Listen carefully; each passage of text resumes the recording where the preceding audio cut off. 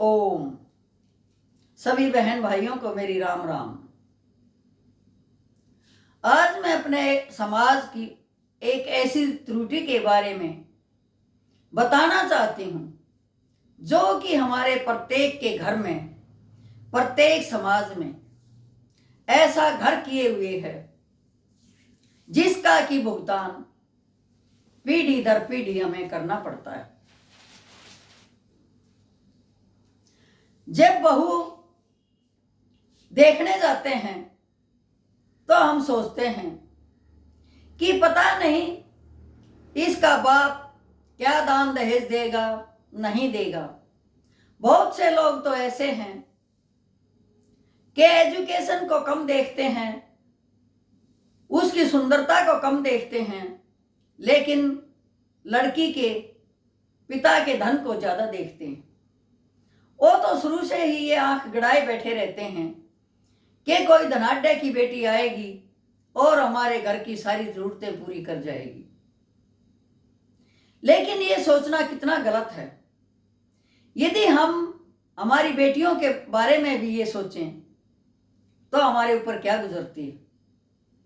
हम बहुत ही आसानी से दूसरे के बारे में तो ऐसा सोच सकते हैं, लेकिन जब अपने आप पर बात आती है तो हमारा रुख कुछ और ही होता है। अब मनोहर एक पढ़ा लिखा लड़का था, उसके माता पिता भी अच्छे थे, जो कि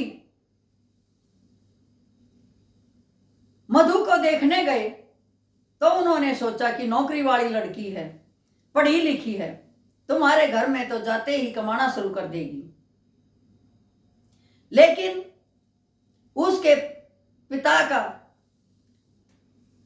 कोई खास सा ब्योंत नहीं था, वो धनाढ्य नहीं था।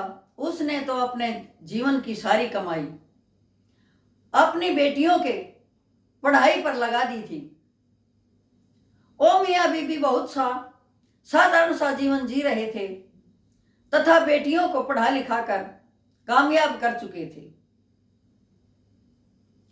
अब उन्होंने सोचा चलो कोई बात नहीं, मनोहर भी नौकरी करता है और मधु भी नौकरी करने वाली है, तो दोनों ही हमारे परिवार में सहयोग देंगे और हमारे परिवार को आगे बढ़ाएंगे।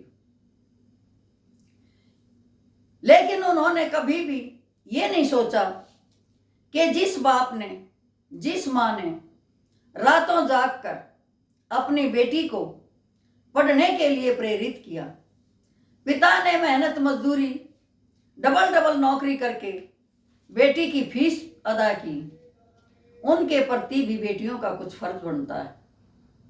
ये बात आम समाज में भूल जाते हैं कि बेटी का फर्ज माता पिता के लिए भी होता है। जब बेटी की शादी होती है तो सास ससुर और परिवार वाले ये सोचते हैं कि इसका फर्ज सिर्फ ससुराल घर के लिए है, माता पिता के लिए कोई फर्ज नहीं है। वो इस बात को भूल जाते हैं कि जिस माता पिता ने इस बेटी को बेटों की तरह परवरिश करके आगे बढ़ाया है, काबिल बनाया है, उनके प्रति भी बेटी का कोई फर्ज बनता होगा। अब मधु के साथ भी यही कहानी घटी कि वो हमेशा ही अपने परिवार में सास ससुर को अपने माता पिता से ज्यादा मान देती थी, अपनी ननद को बहन समझती थी तथा अपने देवर को भाई समझती थी। उन्हें आगे बढ़ने में, पढ़ने में बहुत मदद करती थी। जहां भी उन्हें पैसे की जरूरत होती, अपनी सास से छुपा कर भी अपनी ननद को पैसे देती थी, अपने देवर को पैसे देती थी कि तुम पढ़ो, आगे बढ़ो, मैं तुम्हारे साथ हूं। यदि कोई अनाप शनाप भी खर्चा होता तो देवर भी भाभी को कहता था, भाई को कहने की उसकी हिम्मत नहीं थी। अब जैसे तैसे करके मधु और मनोहर ने अपने छोटे भाई को और छोटी बहन को खूब पढ़ाया तथा उनकी शादियां की।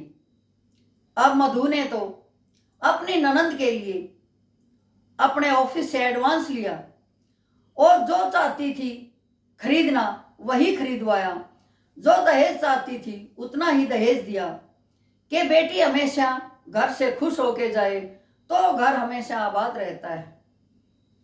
मधु की ये इच्छा थी कि मेरी ननद कभी ये महसूस ना करे कि मेरे लिए कोई कमी रही है, मेरा देवर पढ़ाई में कभी ये महसूस ना करे कि मुझे पैसा नहीं मिला इसलिए मैं आगे नहीं बढ़ पाया।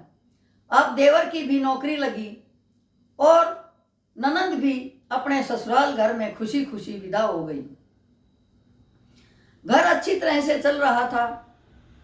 मधु माता पिता की सेवा करती, ऑफिस का भी काम समय पे करती और घर आके अपने सास ससुर से आशीर्वाद लेती तथा रात को भी उनके पैर दबाती, सिर दबाती। सास ससुर यूं कहते, हमारा तो बहू क्या बेटी आ गई, और हमारा इतना ख्याल तो कभी बेटी ने भी नहीं किया जितना कि हमारा बहू कर रही है। अब एक दिन मधु ऑफिस में जा रही थी और फोन आया कि उसको पिता को हार्ट अटैक हुआ है, जबकि 2 दिन से मनोहर बाहर गया हुआ था किसी ऑफिस के काम के लिए। अब वो मनोहर को भी कैसे बताती, क्योंकि वो तो बाहर सरकार के टूर पे था, उसे भी कुछ नहीं बता पाती और मजबूरन ऑफिस से सीधी अपने मायके चली गई। उसने पिता के हालात देखे, जल्दी से रिक्शा करके हॉस्पिटल ले गई। पता चला, डॉक्टर ने कहा कि तेरे पिता को तो हार्ट अटैक आया है, जल्दी से इसकी नस ब्लॉक है, उनको छल्ले चढ़ाने पड़ेंगे और कम से कम 2-2.5 लाख का खर्चा है। अब सुधा ने तो कोई सोच विचार नहीं किया और 2.5 लाख का चेक वहीं हॉस्पिटल में अदा करके और अपने पिता की देख रेख करने लगी। अब उसने अपनी सास को फोन किया कि माँ आज मैं घर नहीं आ पाऊंगी क्योंकि मेरे पिताजी को अटैक पड़ा है और मैं हॉस्पिटल में हूं। सास कहती है, बेटी कोई बात नहीं, तू अपने पिता को संभाल, कल आ जाना। अभी तो मनोहर घर पे नहीं है, वो भी बाहर गया हुआ है। अब मधु 3-4 दिन तक पिता के पास रहती है, उसकी सेवा करती है, अपनी माँ का काम में हाथ बटाती है और जब पिता घर आ जाता है तो मधु भी अपने घर आ जाती है। अब पीछे से मनोहर अपने घर आ जाता है। माँ सिखाती है, पता नहीं तेरी बहू को तो 3-4 दिन हो गए अपने मायके में पड़ी है, क्या उसकी दूसरी बहन नहीं है उसके माता पिता को संभालने वाली, और हो सकता है पैसे भी खर्च किए होंगे। अब जो ही मधु घर आती है, मनोहर आओ देखता न ताओ, और मधु को कहता है, इतने दिन कहाँ लगाए हैं। अब मधु ने कहा, मेरे पिताजी बीमार थे, मैंने माताजी को बता तो दिया था कि मेरे पिताजी बीमार हैं, मैं हॉस्पिटल में हूं। बोले पैसे कितने खर्च किए हैं। अब मधु ने कहा, जो हॉस्पिटल में खर्चा होना था 2-2.5 लाख का, वो मैंने चेक के द्वारा हॉस्पिटल वालों को दे दिया है। अब सास कहती है, ये तो ऐसी पैसे वाली हुई, नौकरी वाली हुई कि बगैर पूछे ही हमारे घर से पैसे दे देती है और किसी से पूछने की भी जरूरत नहीं समझती। अब मनोहर तुनक जाता है और कहता है, क्या तूने मेरी माँ से पूछा था। अब मधु कहती है, मेरे पास इतना समय ही नहीं था कि मैं माँ से पूछ सकूं। क्या तूने मुझसे पूछा था।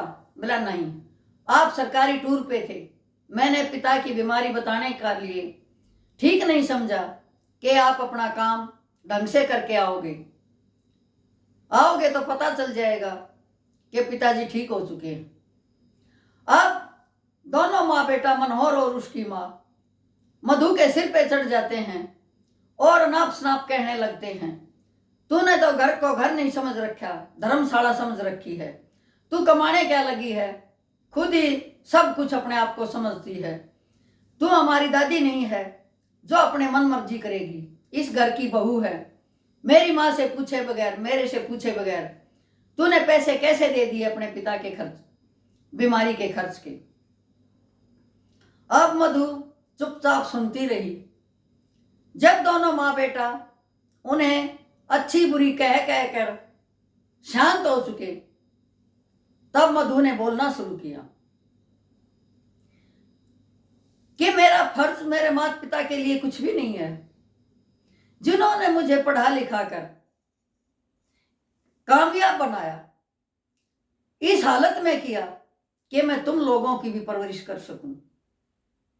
उस माता पिता ने, जिसने पिता ने डबल डबल नौकरी करके, और टाइम करके, दिन रात एक करके हमारी फीस दी, माँ ने रातों जाग कर हमें आगे बढ़ने की प्रेरणा दी, तो क्या मेरा इतना फर्ज भी नहीं है कि मैं बीमारी के अंदर अपने पिता की सहायता कर सकूं।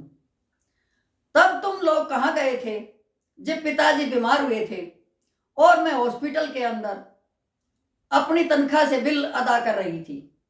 तब तो तुमने किसी ने ये नहीं कहा कि पूछ के बिल अदा करो।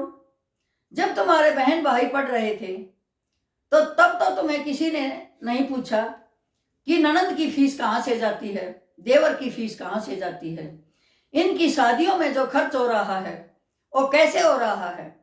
मैंने अपने ऑफिस से एडवांस ले लेकर तुम्हारे बहन भाइयों की शादी की, उन्हें कामयाब बनाया। मैंने तो कभी तुम्हें उल्हाना नहीं दिया, मैंने तो कभी नहीं कहा कि मनोहर कमाता है तो मनोहर ही करेगा। मैं तो इस घर को अपना घर समझती हूँ और मैं जहाँ पैदा हुई हूँ वो भी मेरा घर है, तो क्या मेरा फर्ज नहीं बनता कि मैं अपने माता पिता के फर्ज अदा कर सकूं। आप दोनों माँ बेटा दंग रह जाते हैं और कहते हैं तेरे तो पर निकल आए, तू तो उल्टा भी बोलने लगी, पहले कभी नहीं बोलती थी। अब मधु ने कहा तुमने मजबूर किया है कि मैं तुम्हें बताऊं कि मैंने भी क्या क्या किया है।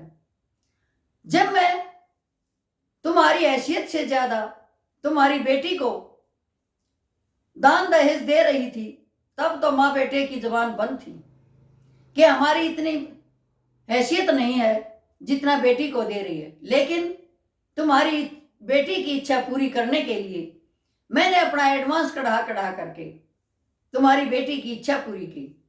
तब तो मुझे किसी ने नहीं कहा कि तू अपना आगे का एडवांस क्यों निकलवा रही है।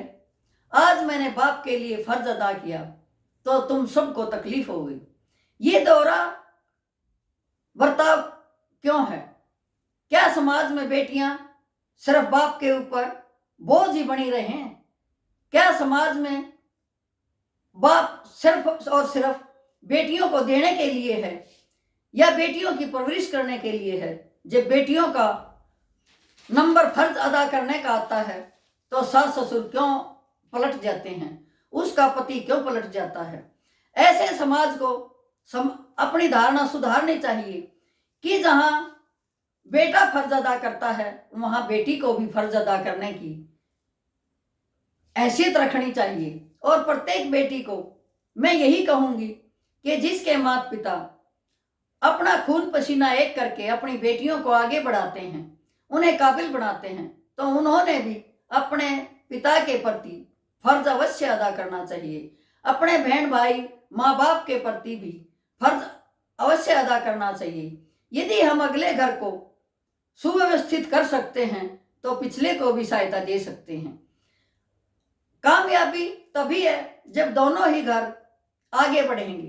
कामयाबी तभी है जब हमारा समाज इस बात को समझेगा कि यदि बहू भी अपने मायके में कुछ मदद करती है तो इसमें कोई बुरी बात नहीं है, वो भी एक फर्ज है, वो भी माता पिता के द्वारा किया हुआ एक कर्ज है जो हमें उतारना चाहिए। और प्रत्येक लड़का तथा लड़की का ये फर्ज बनता है कि वो ध्यान रखे कि मेरे माता पिता ने कितना कष्ट करके, कितनी मेहनत करके हमें आगे बढ़ाया है, तो हमने भी जब वो वृद्ध हो जाएं तो उनका कर्ज उतारना ही है और अपने फर्ज को अदा करना ही है। यही था मेरा वीडियो। यदि आप लोगों को पसंद आया हो तो कृपया करके लाइक सब्सक्राइब कीजिए तथा आगे फॉरवर्ड कीजिए। धन्यवाद।